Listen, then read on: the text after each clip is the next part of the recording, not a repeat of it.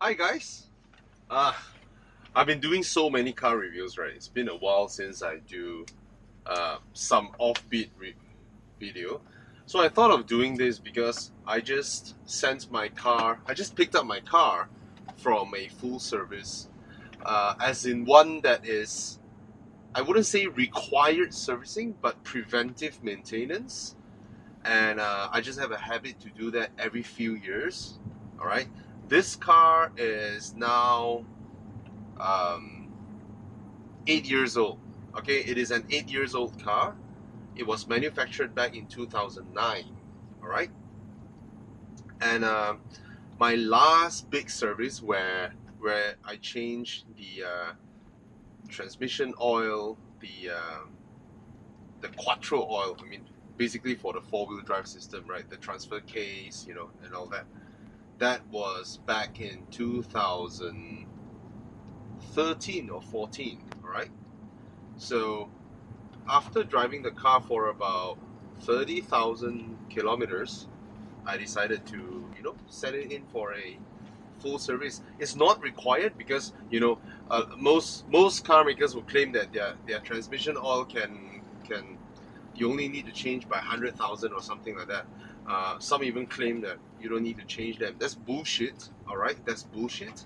For me, I take care of my cars really well. I change my transmission oil every 30,000 km. But that is up to you whether you want to or not. My topic today, right, is about European car maintenance. All right? I think this is something that even some of my peers, some of my automotive friends who work in this line, but they have only driven Asian makes, Kia or Japanese makes or Proton and all that.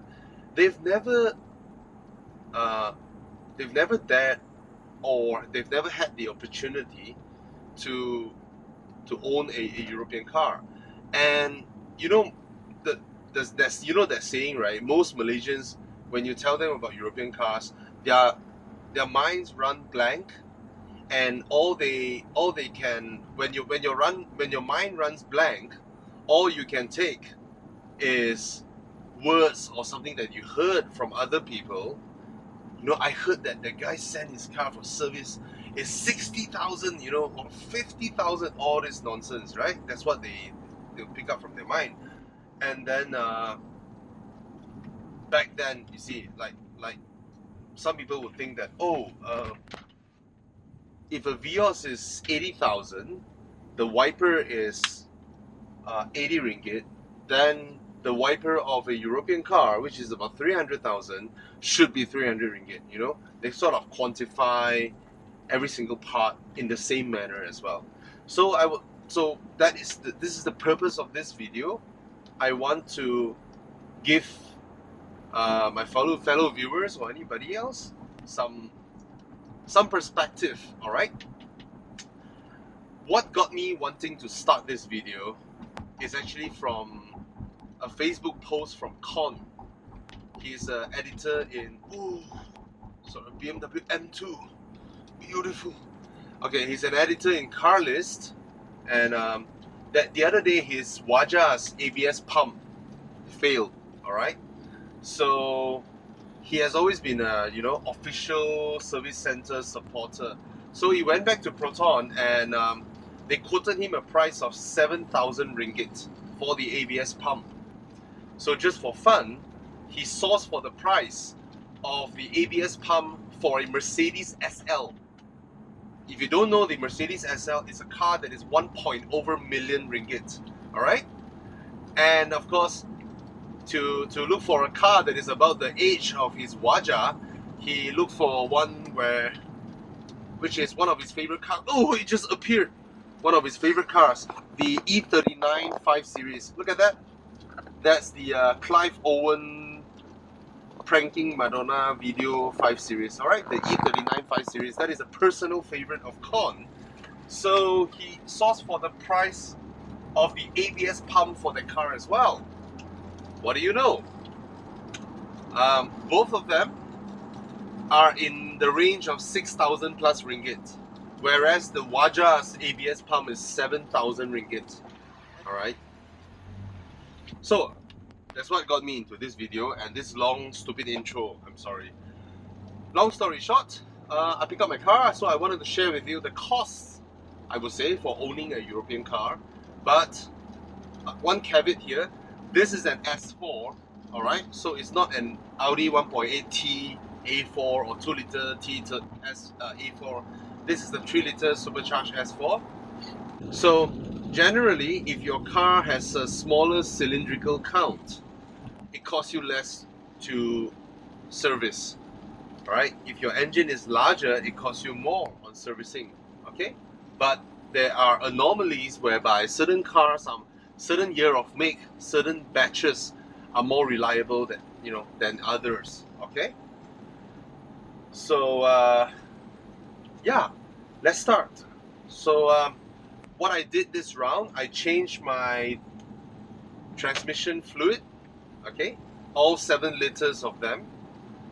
And then I changed my transfer case, which is the axle to the rear, basically the front-wheel drive system. There are oils in the all the torsion differential and all that, right? There's oil running everywhere, so that is 5 liters, all right? And then I changed my engine oil. He charged me higher on the oil filter for the engine oil because I brought my own Shell Helix. So I buy elsewhere, Shell Helix 0 whatever 30W, something like that. And of course, so that's why he charged me on the nice car, GS 300. Charged me a higher price for the oil filter. That's fine. Usually we pay about 70 ringgit. He charged me 90, so it's fair. It's 20 ringgit, right? So for the 7-speed wet clutch DSG, this is the highest rated DSG transmission back then, rated to 550 Newton meters of torque. For the full oil change, all right, original Audi oil, is 875 ringgit. Is it very expensive? You judge for yourself, all right? And then for the transfer case oil, is 5 liters. I forgot the price, but it's also about 600 something ringgit, all right? So one is about 800 for the transmission oil. For the transfer case oil is 600 plus. What else? I changed my front and rear brake pads. Okay, so you have front brake pads and rear brake pads. Of course, the front ones are larger and they cost more. So the front brake pads original brake pads, they cost about 500 plus, and then the rear brake pads cost about 400 plus. Okay, and that's once every, I don't know, 20,000-30,000 km or maybe more, depending on how you drive. I go Uluyam at times. Okay, so but I mean, a pair of shoes, a freaking pair of shoes costs what, 600 ringgit now? How long can it last you? 1.5 years, right? And then, not to say those who are sneaker enthusiasts, who queue up and buy used Adidas Yeezys for 6,000-7,000 ringgit. Put that aside, huh? I'm just gonna share with you the cost of a big maintenance. If it were a standard oil change, right, it's up to what oil you buy. You want to buy semi-synthetic, then you pay for that, and then it's the oil change cost. They don't cost as crazy as you think. All right, seriously, they are just like Japanese cars, honestly speaking. And of course, if you buy new, that's a moot point. If you buy new now, they have free service and all that. That's a moot point. I'm talking to people who are thinking of, but generally very afraid of owning a European car, because in your mind it runs wild. Even though every time you hear real European car owners saying, hey, it's alright, it's normal, it's nothing much, but you're just afraid, alright? Then what else did I do? I asked them to change the gaskets. This is totally unneeded. Even the transfer case oil is totally unneeded. Even my transmission, it is still working very fine. It's just, for me, preventive maintenance. I like clean new liquid lubricating my my stuffs, right? I don't like used lubricants. Anyway, that's just me, huh? I take care of my cars really, really well, but again, this is not needed, not necessary, okay? So I change my gaskets, and each of them cost like 100 ringgit, 100 plus ringgit. That's how it is. So yeah, that's the maintenance of a European car. Alright, so yeah, that's how it is. That's how it is driving a European car. And when it comes to cost of parts, let me give you a good example that it might help you to understand more. Audi doesn't manufacture Bluetooth chips, right? Same goes Perodua, doesn't manufacture Bluetooth chips. And when both Audi and Perodua source Bluetooth chips from a manufacturer, it's very likely the one that is supplied to Audi is cheaper than Perodua. Why? Because Audi makes 2 million cars a year. Perodua makes 200,000. Any procurement people, bulk purchase, you get discounts. Yes. So yeah, that's an example. That's a good example. Okay. Car makers are assemblers. They don't manufacture everything. They have their own suppliers all over the world. And these suppliers, look at the speedometer here. Audi doesn't do it. Continental does it. And Continental supplies to everybody. So yeah, I guess that's what I want to talk about on European car maintenance. Is it really crazy? I don't think so. I don't think so. All right, I need to refill my car now. Is he using that? Okay. Anyway, just use this. Oh, there's one more thing I missed out. Something that I should remind you. I'm sure you've heard of aircon compressor, right? So our cars have an aircon compressor, and our aircon compressor actually has oil.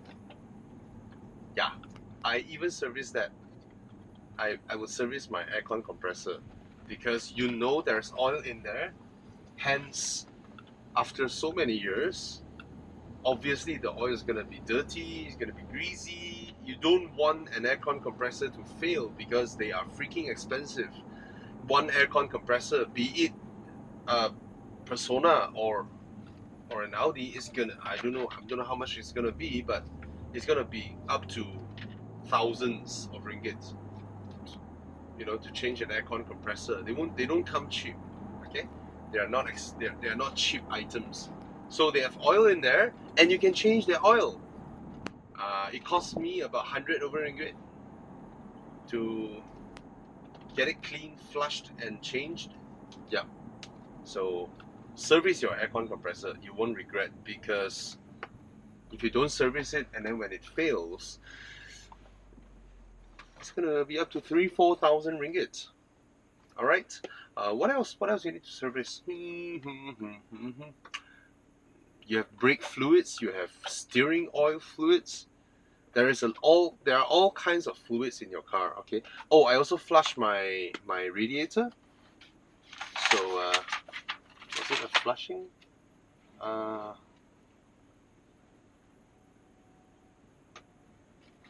Okay, I didn't flush. Basically, I clean it and then I change basically to clean up the radiator, the coolant, and all that. I did those as well. So that's 80 ringgit. So yeah.